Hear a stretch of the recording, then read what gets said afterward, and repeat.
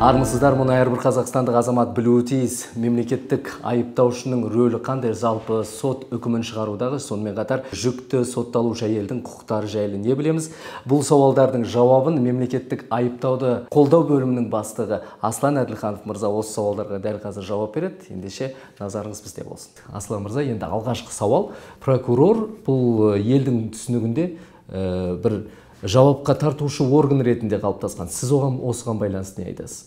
Прокурор дегеніміз, ол прокуратура органның бірінші қызметкері.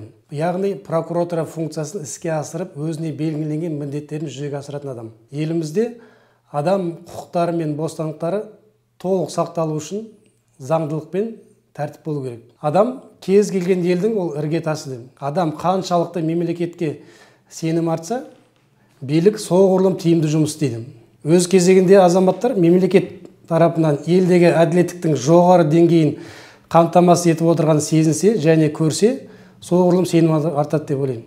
Прокуратура саласы адам өмірін мемлекеттің ең жоғары құндылығы ретінде бағалап, олардың құқықтарын және бостандықтарын қорғауды, бұзылмауды, ол бұзылған жағдайда қалпына келтіруді жүзеге асырады.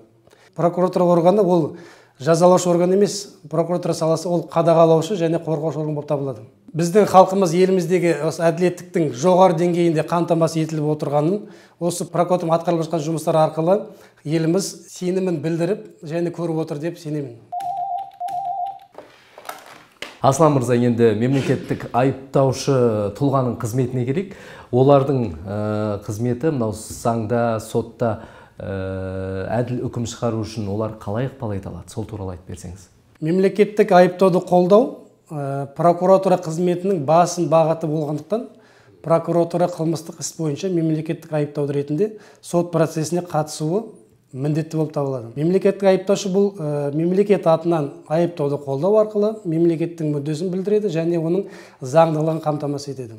Сондықтан прокурор сот отырысында заң талаптары мен тәртібін сақталуын, жәбірленушінің және азаматтық талапкер бар, азаматтық және жауапкерлер бар, айыптаушы бар, және де сот процесінің барлық қатысушылары құқықтарының қорғалуының кепілі болып табылатындықтан, оның бұзылмауына жол бермеу, немесе бұзылған жағдайда оны тез арада жоюға ықпал ету міндеттелген. Егер сот отырысында сот нәтижесімен мемлекеттік айыптаушы сотталушыға тағылған айыпты негізсіз екеніне және тағылған айыпты расталмаған жағдайда, расталмағанына көзі жетіп, сондай сенімге келсе мемлекеттік айыптаушы, ол айыптаудан бас тартуға және сотқа бас тарту себептерін айтуға міндетті. Сондықтан мемлекеттік айыптаушыдан жоғары кәсібилік және жауапкершілік талап етіледі. Бұл жағдайда прокурор процесс отырысынан толық қатысудан босатылады. Енді мынаны айта кетіңізші, жалпы прокурор мен мемлекеттік айыптаушының қандай айырмашылығы бар? Прокурор функциясы іске асырады деді ғой, іске асырып өзіне белгіленген міндеттерін жүзеге асыратын адам.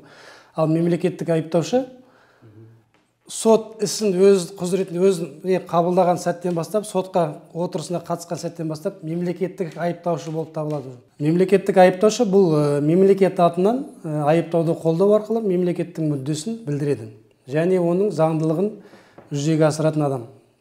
Айырмашылығы мемлекеттік айыптаушы деп сот қылмыстық істер бойынша сотқа қатысқан сәттен бастап мемлекеттік айыптаушы атына ие болатын адам. Енді күнделікті көріп біліп жүреміз, жүкті әйелдер де сотталып жатады. Жалпы сот үкімін шығару кезінде жүкті әйелдерге қатысты бір жеңілдіктер бар ма?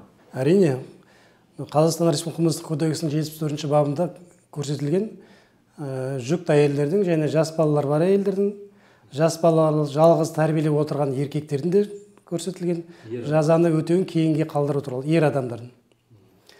Сотталған жүкті әйелдердің жазасын өтеуін 1 жылға дейін қалдыру көрсетілген. Жас балалар бар сотталған әйелдер мен жалғыз өзі аз тәрбиелеп отырған еркектердің жазасын орындауды 5 жылға дейін, бірақ бала 14 жастан аспайтын мерзімге дейін қалдыру мүмкіндігі көрсетілген. Бізбен жылдың ортасында, жылдың аяғында талдау жүргізіп отырмыз осы мәселеге қатысты.